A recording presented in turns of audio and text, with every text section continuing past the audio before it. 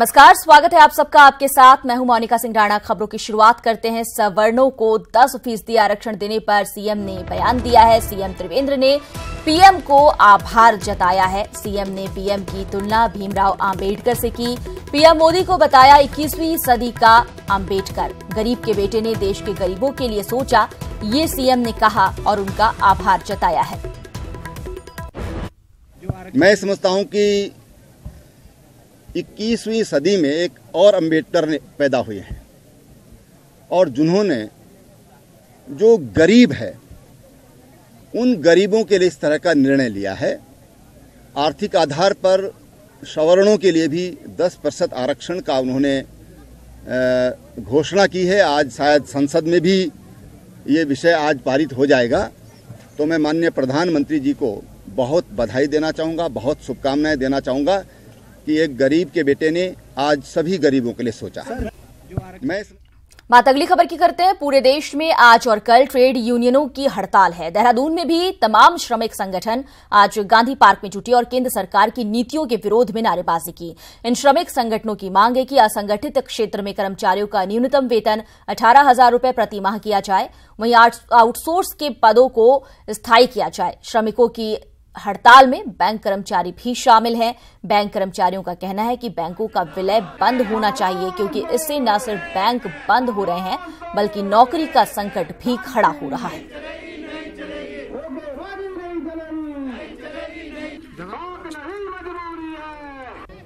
मांगे बहुत हैं।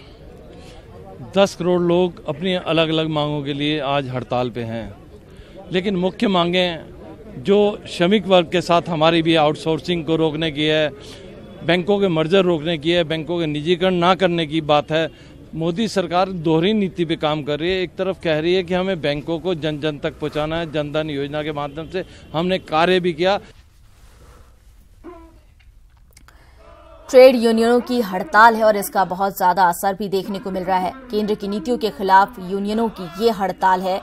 कर्मचारियों का न्यूनतम वेतन 18,000 करने की मांग की जा रही है। बैंकों के विलय का भी विरोध किया जा रहा है।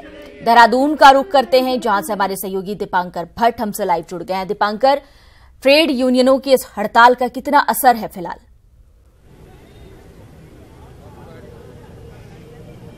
मोनिका, बिल्कुल ये 2 दिन की हड़ताल है। पूरे देश में श्रमिक संगठन हड़ताल पे है। खासतौर पर इनका ये कहना है कि कर्मचारियों की जो सैलरी और जो आउटसोर्स हो रहा है, कॉर्पोरेट जिस तरीके से दाखिल हो रहा है सेक्टर में, तो नौकरियों पर संकट है। बैंक जिस तरीके से मर्ज हो रहे हैं, बैंक में नौकरियां कम हो रही हैं। मेरे साथ कुछ यहाँ पर श्रमिक संगठनों के नेता हैं जो 2 दिन की हड़ताल पर रहेंगे। आज का दिन लगभग इनका खत्म होने को है।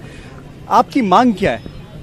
मुख्य रूप से हमारा ये मानना है कि 18,000 न्यूनतम वेतन संगठित असंगठित क्षेत्र के जो भी हैं, कॉन्ट्रैक्ट लेबर है, वो दिए जाएं। जो श्रम कानूनों में 40 श्रम कानून जो लंबे संघर्षों के बाद मजदूरों को मिले थे, आज उनको 4 कानून बनाकर कॉरपोरेट के हित में काम किया जा रहा है। हमारा कहना है मोदी सरकार सबका विकास की बात करती है, सबके साथ की बात करती है, लेकिन लगता है कि नीतियां इस तरीके की हैं जैसे अंबानी, अडानी और कॉर्पोरेट की गोदी में बैठ के। 70 साल में कभी ऐसा नहीं हुआ कि आपने कभी अपनी आवाज उठाई हो जो इस बार आप अपनी आवाज उठा रहे हैं? हम तो आवाज उठाते रहते हैं, हमेशा उठाते रहते हैं, लेकिन सरकार गूंगी है, बहरी है, वो सुनती नहीं है हमारी आवाज। हमारी 3 दफा हड़ताल हो चुकी है मोदी सरकार के, उसमें 3 दफा हड़ताल हो चुकी है ऑल इंडिया बेसिस पर, लेकिन कोई उसका निर्णय नहीं रहता। बैंक भी मर्ज हो रहे हैं, आप लोग लगातार विरोध कर रहे हैं। अगर अब भी इससे आगे नहीं तो फिर क्या? निश्चित रूप से हमारा संघर्ष लगातार चलता रहा है, चलता रहेगा और तेज किया जाएगा इसको। आज भी आपने देखा पूरे उत्तराखंड में बैंक बंद है, कल भी इसी प्रकार बंद होंगे और अगर सरकार इसके बाद भी ना माने तो हम अगली रणनीति के लिए एक जल्द बैठक करेंगे और उसके लिए हम अगली रणनीति तैयार करेंगे। मोनिका, आपने सुना कि किस तरीके से श्रमिक संगठनों की जो बातें हैं, जो बैंकों की बातें हैं, सभी का ये मानना है कि कर्मचारियों के हितों की रक्षा होनी चाहिए। और 2019 का चुनाव बहुत नजदीक है, तो उसको देखते हुए भी देखा जा रहा है कि कहीं ना कहीं ये संगठन चाहते हैं कि इनकी मांगों को सरकार सुने, इन्हें अपने समझे। मोनिका, दीपांकर, इस तरह से बंद किया जा रहा है अपनी मांगों को लेकर, इसका असर भी काफी ज्यादा है। लोगों को दिक्कतें आ रही हैं। कहा जा रहा है कि एटीएम में भी अब पैसे की दिक्कतें आ सकती हैं। जो इस तरह के बंद हैं, क्या लग रहा है कि इसका कुछ असर भी होगा? इनकी मांगों पर कुछ विचार हो रहा है?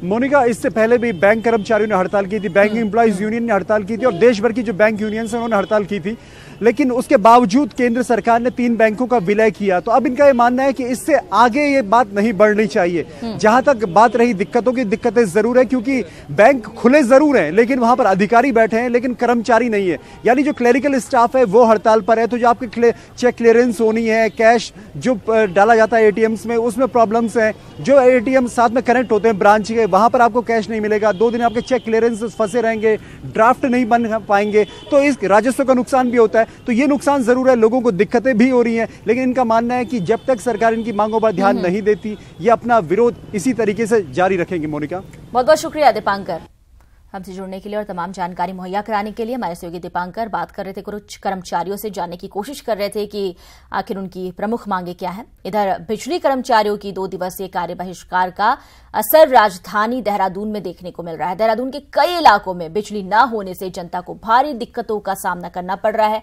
जिसमें देहरादून के रायपुर, डोईवाला, सहसपुर ब्लॉक के कई इलाकों में बिजली गुल होने से अब पेयजल की भी समस्या बढ़ने लगी है। वहीं विभाग के पास कोई भी वैकल्पिक व्यवस्था नहीं होने से जनता को 2 दिनों तक इन समस्याओं से रूबरू होना पड़ेगा। आपको बता दें कि इलेक्ट्रिसिटी अमेंडमेंट बिल 2018 का विरोध देश के सभी बिजली कर्मचारी कर रहे हैं, जिसके चलते उत्तराखंड में भी बिजलीकर्मी 2 दिनों के कार्य बहिष्कार पर हैं। जब लाइट ही नहीं है तो हम लोग जो है पूरी लाइन वाले जितने भी हमारी कॉलोनी वाले सारे परेशान हो रखे हैं पानी की वजह से, और जब लाइट नहीं है तो पानी भी कहां से आएगा। हम लोगों के यहाँ गायें हैं, ये नहाने धोने के लिए बड़ी दिक्कत आ रही है हम लोगों को। लाइट कल शाम से नहीं है जी, यहाँ बड़ी परेशानी हो रही है और जो पानी की भी प्रॉब्लम हो रही है। लाइट की वजह से सबसे ज्यादा जो है पानी की है। पानी से जो है हमारे गाय भैंस जो भी है, मतलब नहाना धोना आजकल जानते ही है, सब बिना पानी के कोई काम ही नहीं हो पा रहा। कल से लाइट नहीं। और आखिर क्या है इलेक्ट्रिसिटी अमेंडमेंट बिल, ग्राफिक्स के जरिए आपको समझाते हैं, बताने की कोशिश करते हैं कि बिल क्या है। विद्युत वितरण और आपूर्ति अलग अलग किए जाने का इसमें प्रावधान है। विद्युत आपूर्ति का काम निजी संस्थाओं को सौंपे जाने का अधिकार होगा। इलेक्ट्रिसिटी डिस्पैच और डिस्ट्रीब्यूशन का नेटवर्क सरकार करेगी, साथ ही मेंटेनेंस पर सरकार खर्च करेगी पैसा। और सौभाग्य स्कीम के तहत घर घर तक बिजली पहुंचाने की योजना है। सरकार इस स्कीम पर 16,320 करोड़ रुपए खर्च कर रही है। योजना से 3 करोड़ घरों को बिजली मिल पाएगी।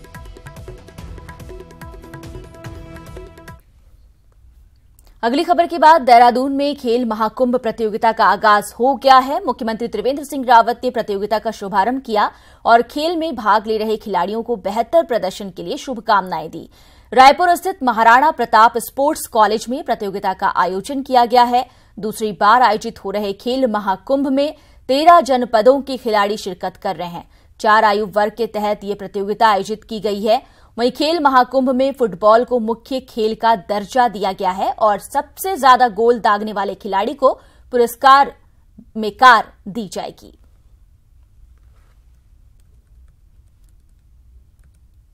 एक बहुत अच्छी शुरुआत हमारे खेल मंत्री जी ने की है। 17, 18 और 18-19 ये दूसरा वर्ष है जब खेल महाकुंभ का राज्य स्तर पर आयोजन किया गया है और तमाम दूरस्थ क्षेत्र के जो बच्चे हैं, जो हमारे भावी खिलाड़ी हैं, उनको इन प्रतियोगिताओं में भाग लेने का अवसर प्रदान किया गया है। मैं समझता हूं कि खेल के प्रति और जो स्वास्थ्य के प्रति एक संदेश, एक जागरूकता का संदेश इन प्रतियोगिताओं के माध्यम से जाएगा। जो बच्चे आज अपने स्कूल के लिए या अपने जिले के लिए खेल रहे हैं, आने वाले समय में अपने राज्य के लिए खेलेंगे और फिर आगे चल करके अपने देश के लिए खेलें, ऐसी मेरी उनके लिए शुभकामनाएं हैं। और हमारे सहयोगी हमारे साथ किशोर रावत लाइव जुड़े हुए, उनसे जानते हैं कि और क्या कुछ आज खास देखने को मिलने वाला है। किशोर, खेल के इस महाकुंभ से खिलाड़ियों का उत्साह चरम पर है, ये बताइए आज क्या कुछ खास यहां देखने को मिल रहा है।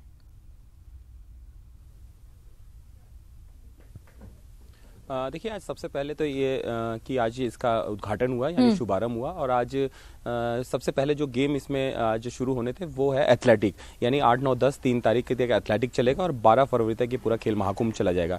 इस बार की खासियत यह है कि इस बार जो खिलाड़ी जो मेन गेम रखा गया है वो फुटबॉल रखा गया है, और फुटबॉल में संभवतः ये जो शर्त रखी गई है कि या फिर लोगों के लिए प्रोत्साहन के लिए रखा गया है कि जो सबसे ज्यादा गोल मारेगा, ताकि खिलाड़ियों में खेल भावना आए और इस स्पिरिट से खेले कि उनको पुरस्कार भी बड़ा रखा गया है, यानी कार रखी गई है कि पुरस्कार में कार दी जाएगी। तो यानी एक तरह से जो खिलाड़ी है उसको और अपना खेल दिखाने के लिए और अच्छा खेल दिखाने के लिए इस तरह से पुरस्कार रखे गए हैं। अगर दूसरी बात करें तो खेल महाकुंभ में तमाम जिले से बच्चे पहुंचे हैं, और जो इस बात करीबन 850 के करीब यहाँ पे जितने भी खिलाड़ी पहुंचे हैं। तो एथलीट क्या है, तो आज सबसे पहले जो मीट थी वो एथलीट थी। इसमें 400 मीटर, 100 मीटर या 800 मीटर, फिर या जो स्प्रिंट होती है, अलग अलग प्रतियोगिताएं होती है, जो अलग अलग कंपटीशन होता है, उसमें ये रखी गई है। तो कुल मिलाकर आज जो कुंभ शुरू हुआ है, यानी खेल महाकुंभ शुरू हुआ है, तो ये उम्मीद जताई जा रही है कि जो बच्चे हैं ये अच्छा खेल खेलेंगे।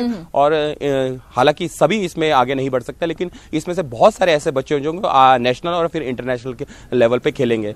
लेकिन इस खेल महाकुंभ में थोड़ी सी अव्यवस्थाएं जरूर दिखाई गई है, क्योंकि इसमें बहुत सारे ऐसे बच्चे देखे गए हैं जिनके पास जो ट्रैक सूट थे वो पुराने ट्रैक सूट थे, नए ट्रैक सूट यानी 18-19 के ट्रैक सूट नहीं दिए गए हैं। इसको लेकर उन्होंने अपनी शिकायत भी खेल मंत्री को दर्ज करी और उनको घेरा कि हमें पिछली बार की धनराशि भी नहीं मिली है और जो ट्रैक सूट है वो भी नहीं मिला है। तो यानी बच्चे तो अपना जो जितना भी अच्छा उनका क्लास हो या उससे अच्छी जितनी भी उनकी मेहनत हो वो दिखाने की कोशिश करेंगे, और वो करते भी है। लेकिन ऐसे में जब बच्चों को उनके जो उम्मीदें होती है, यानी जो सरकार ने ये वादा किया होता है कि कम से कम उनको जो धनराशि है वो दी जाएगी या फिर उनको ट्रैक सूट दिया जाएगा, अगर वो नहीं मिलता है, यानी पिछले साल से भी नहीं मिलता, तो ऐसे में जो बच्चे होते हैं उनके मन में थोड़ी सी भावना हो जाती है कि हम अपना जितना भी अच्छा। आपसे बात करेंगे। फिलहाल बहुत बहुत धन्यवाद आपका। तो किशोर हमारे सहयोगी तमाम जानकारी मुहैया करा रहे थे, बता रहे थे कि किस तरह से खिलाड़ी काफी उत्साहित हैं। खबरों में आगे बढ़ते हैं। जिला सहकारी बैंकों में सालों बाद जल्द ही भर्तियों का पिटारा खुल सकता है। बैंक जल्द ही करीब 450 पदों पर रिक्तियां निकालने जा रहा है। इनमें clerk, junior branch manager, senior branch manager, DGM जैसे पद शामिल हैं। इनमें से कई पद ऐसे हैं जिनमें 6 से 10 साल बाद रिक्तियां निकाली जा रही हैं। जिला सहकारी बैंकों के लिए अभी तक एपेक्स बॉडी के माध्यम से भर्तियां होती थी, लेकिन तमाम तरह की शिकायतों के चलते इस बार ये भर्तियां आईबीपीएस दिल्ली के माध्यम से कराए जाने का निर्णय लिया गया है। भर्ती करने के लिए हम लोग जो बैंकिंग सर्विस रिक्रूटमेंट बोर्ड है उनसे अनुरोध किया है ताकि पारदर्शी रूप से भर्ती हो जाए। और आज तक जो भर्तियां हुई है वो स्टेट लेवल पे एपेक्स फेडरेशन, एपेक्स बैंक जो है उसके लेवल पे हुआ है, जिसको लेकर के कई प्रकार की कंप्लेंट्स भी पूर्व में प्राप्त हुए हैं। तो उसके चलते हम लोग अभी बैंकिंग सर्विस रिक्रूटमेंट बोर्ड से अनुरोध कर रहे हैं। राज्य सहकारी बैंक के एक अधिकारी पर जांच चल रही है, लेकिन अब तक उन्हें पद से नहीं हटाया गया। क्या है ये पूरा मामला, देखिए रिपोर्ट।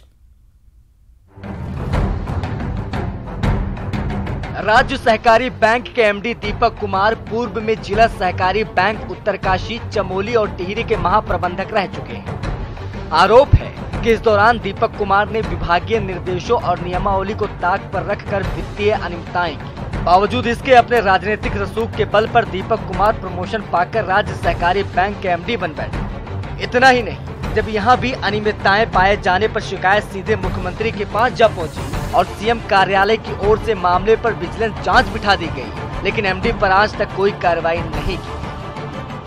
इनके ऊपर कई प्रकार के कंप्लेंट्स थे और ज़्यादातर कंप्लेंट्स नियम कानून को पालन नहीं करने का और वित्तीय मामलों में और प्रोक्यूरमेंट रिलेटेड मामलों में। तो उसमें अलग अलग कंप्लेंट्स पर अलग अलग जांच अधिकारी नियुक्त किए गए। सभी जांच अधिकारियों की आख्या हमारे पास आ गई है, जांच आख्या। उसको कंसोलिडेट करके फिर उसके बाद हमने उसमें 13 चार्जेस गंभीर पाया गया, जिसको लेकर के जांच अधिकारी की एडवर्स फाइंडिंग आई है। और एक प्राकृतिक न्याय के मूल सिद्धांतों के अनुरूप जो अक्यूज्ड हैं उनको भी अपना पक्ष रखने का पूरा मौका दिया जा रहा है और उनको शो कास्ट नोटिस इश्यू किया हुआ है। वहीं दूसरी ओर बैंक के एमडी दीपक कुमार अपने ऊपर लगे आरोपों को निराधार बता रहे हैं। उनका कहना है कि ये उनके खिलाफ साजिश है।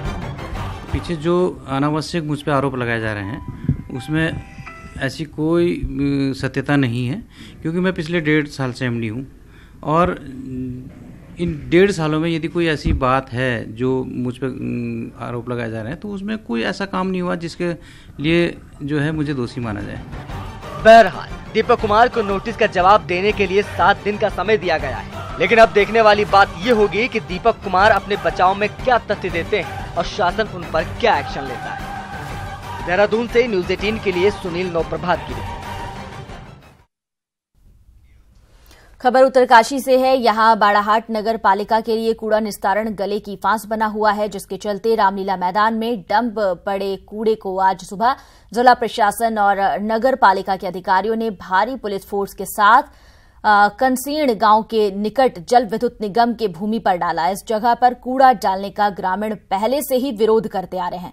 ब्रेक के बाद स्वागत है आप सबका। उत्तराखंड में अटल आयुष्मान योजना को लेकर सवाल उठने लगे हैं। आखिर क्या है वो सवाल, देखिए खास रिपोर्ट।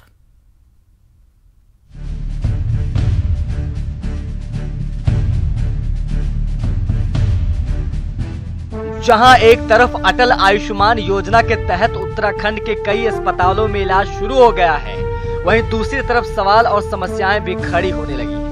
सबसे बड़ा सवाल प्राइवेट अस्पतालों में इलाज को लेकर खड़ा हुआ है, जहां अलग अलग अस्पतालों में अलग अलग बीमारियों का इलाज होगा, जिससे मरीजों को काफी परेशानी हो रही है। देहरादून के CMI अस्पताल के चेयरमैन डॉक्टर SK जैन का कहना है कि प्राइवेट अस्पताल में उस मरीज का इलाज होगा जिसे सरकारी अस्पताल से रेफर किया जाएगा। हालांकि इमरजेंसी केस में ये शर्त लागू नहीं होगी। दून अस्पताल या सरकारी अस्पताल में जाएंगे पेशेंट, वहां से वो रेफर करेंगे पर्टिकुलर हॉस्पिटल को। अब कुछ लोग डायरेक्टली आ जाते हैं, लेकिन MOU में ये है नहीं, तो वो हम नहीं कर सकते। हाँ, एक चीज जो अभी बाद में आई है कि इमरजेंसी में किसी भी अस्पताल में, चाहे वो एमपैनल्ड है या नहीं है, MOU हुआ है या नहीं हुआ, सरकार कहती है कि वो यदि इमरजेंसी में यदि कोई एडमिट हुआ है तो उस सब का इलाज का जो है आप करें। वहीं मुख्य सचिव उत्पल कुमार सिंह का कहना है कि स्वास्थ्य के क्षेत्र में ये बड़ी योजना है और इससे जुड़ी सभी सवालों और समस्याओं को दूर किया जाएगा। 1.25 करोड़ जनता की योजना है, उन्हीं के लिए है और पूरा हमारा प्रशासन तंत्र लगा हुआ है कि हमारे जो लोग हैं उन्हें किसी प्रकार की असुविधा न, समस्याएं नहीं हमारे सामने आ रही हैं, लेकिन जो कुछ भी अगर माना आप लोगों के माध्यम से हमारे संज्ञान में आता है तो उनको भी हम लोग तत्काल उनका निराकरण करेंगे। अटल आयुष्मान योजना के तहत उत्तराखंड के हर परिवार को 1 साल में 5 लाख रुपए तक का मुफ्त इलाज मिलेगा, जिस पर त्रिवेंद्र सरकार का खासा जोर है। लेकिन जनता को इस योजना का असल लाभ तभी मिल पाएगा जब जल्द से जल्द इससे जुड़ी समस्याओं और सवालों को सुलझा लिया जाए। Bureau report, news 18। देहरादून से मसूरी के बीच बनने वाले रोपवे के लिए 22 जनवरी को टेंडर खोले जाएंगे। करीब 5.5 किलोमीटर लंबे इस रोपवे पर 3.5 करोड़ की लागत आने का अनुमान है। पहले ये टेंडर 22 दिसंबर को खोले जाने थे। क्रिसमस और नए साल के कारण टेंडर खुलने की तिथि 1 माह बढ़ा दी गई थी। उम्मीद जताई जा रही है कि टेंडर प्रक्रिया के संपन्न होने के बाद इस साल के आखिरी महीने में रोपवे का काम शुरू हो सकता है। अभी टेंडर खोलने की जो डेट है वो 22 तारीख को है, 22 जनवरी को है। उस दौरान हमें अंदाज़ा आ जाएगा कि कौन कौन प्रतिभाग कर रहे हैं, कौन सी कंपनियां जो है वो टेक्नोलॉजिकल सपोर्ट दे पाएंगी। उसके बाद हम लोग आपको कॉन्क्रीटली बता पाएंगे कि इस पर कैसे कार्रवाई होगी आगे। टेंडर खुलने के बाद पहले तो टेंडर अवार्ड होगा। बहुत ही टेक्निकल और पेचीदा ये होता है रोपवे का काम, तो कितना रिस्पॉन्सिव है टेंडर वो भी देखना होगा। कितने लोग, जैसे ही टेंडर फाइनलाइज हो जाता है काम मेरे ख्याल से शुरू होने में फिर भी 5-6 महीने लगेंगे, जो धरातल पर काम शुरू होने में। अस्त व्यस्त कूड़ेदान और जगह जगह पड़े कूड़े के ढेर किसी भी शहर की तस्वीर को बिगाड़ के रख देते हैं, लेकिन ऋषिकेश के नगर निगम के एक कर्मचारी ने इस तस्वीर को बदलने की पहल की है और इसे खूबसूरत रूप देने की कोशिश की है।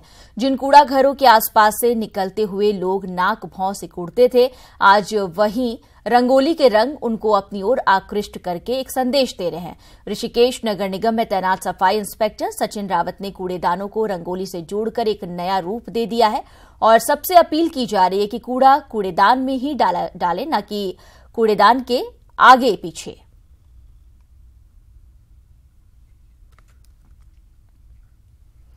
उत्तरकाशी गंगोत्री नेशनल पार्क वन्य जीवों के लिए वरदान साबित हो रहा है। यहाँ वन्य जीवों के साथ साथ दुर्लभ प्रजातियों वन्य जीवों की तादाद में बढ़ोतरी होने लगी है।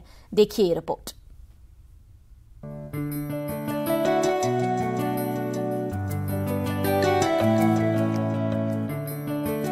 वन्य जीव प्रेमियों के लिए अच्छी खबर है। गंगोत्री नेशनल पार्क में दुर्लभ वन्य जीवों का कुनबा बढ़ रहा है। भारतीय वन्यजीव संस्थान एवं पार्क प्रशासन के ट्रैप कैमरों ने जो तस्वीरें कैद की हैं, उनके आधार पर ये कहा जा सकता है पार्क प्रशासन की ओर से लगाए गए कैमरों में स्नो लेपर्ड और ब्लू शीप, साइबेरियन प्रजाति के लिंक्स बिल्ली, कस्तूरी मृग, भूरा भालू और हिमालयन थार के अलावा करीब 1 दर्जन से अधिक नई प्रजातियों के जीव देखे गए हैं। कुछ कैमरे हमारे द्वारा बॉर्डर की तरफ जादूम की ओर लगाए गए हैं, ट्रैप कैमरे, तथा कुछ जो है गंगोत्री गौमुख रूट पे और कुछ केदारताल वाले रूट में लगाए गए, जिसमें हमको वित्तीय अगले वर्ष 2018 में अच्छे परिणाम मिले। साल 1989 में गंगोत्री नेशनल पार्क की स्थापना के बाद से ही वन्य जीवों का पता लगाना मुश्किल कार्य रहा है, लेकिन साल 2012 में पार्क प्रशासन और साल 2015 में भारतीय वन्य जीव संस्थान ने नीलांग, गोमुख एवं केदारताल क्षेत्र में ट्रैप कैमरे लगाए और उत्साहजनक परिणाम सामने आए। इसमें यही मतलब जो निकल के आया है कि इसमें काफ़ी हद तक जो इसकी पॉपुलेशन है दुर्लभ वन्य जीवों की, हम स्नो लेपर्ड की बात करें या फिर हम जो है बरहल की बात करें, तो ये काफ़ी वृद्धि हुई है उसमें। तो इसमें जो काफ़ी हेल्दी इकोसिस्टम जो है, ये जो इंडिकेटर है वो एक काफ़ी हेल्दी इकोसिस्टम का इंडिकेटर है। वहीं पर्यावरण प्रेमी भी इसे अच्छा संकेत मान रहे हैं। जो जंगली जानवरों की तादाद बढ़ रही है उसमें निश्चित रूप से कहीं ना कहीं जो हमारा नेशनल पार्क होने की वजह से उसकी वजह से ये जंगली जानवर क्योंकि बड़े हैं और लोगों का भी एक वो रुझान बढ़ा है अपने उसके पर्यावरण को संरक्षित करने का। गंगोत्री नेशनल पार्क के वन्य जीवों में बढ़ोतरी एक अच्छा संकेत है, बस जरूरत है तो उन्हें बचाए रखने की। गंगोत्री नेशनल पार्क और बफर जोन के लिए 2018 का साल बहुत ही सुखद और महत्वपूर्ण रहा। नेशनल पार्क में वन विभाग द्वारा लगाए गए 200 से भी ज़्यादा कैमरों में कई दुर्लभ प्रजाति के जीव जंतु कैद हुए, जो पार्क प्रशासन और वन्यजीव प्रेमियों के लिए अच्छे संकेत हैं। जगमोहन सिंह चौहान, न्यूज़ 18 उत्तरकाशी। इसी के साथ बुलेटिन में फिलहाल के लिए बस इतना ही। नमस्कार।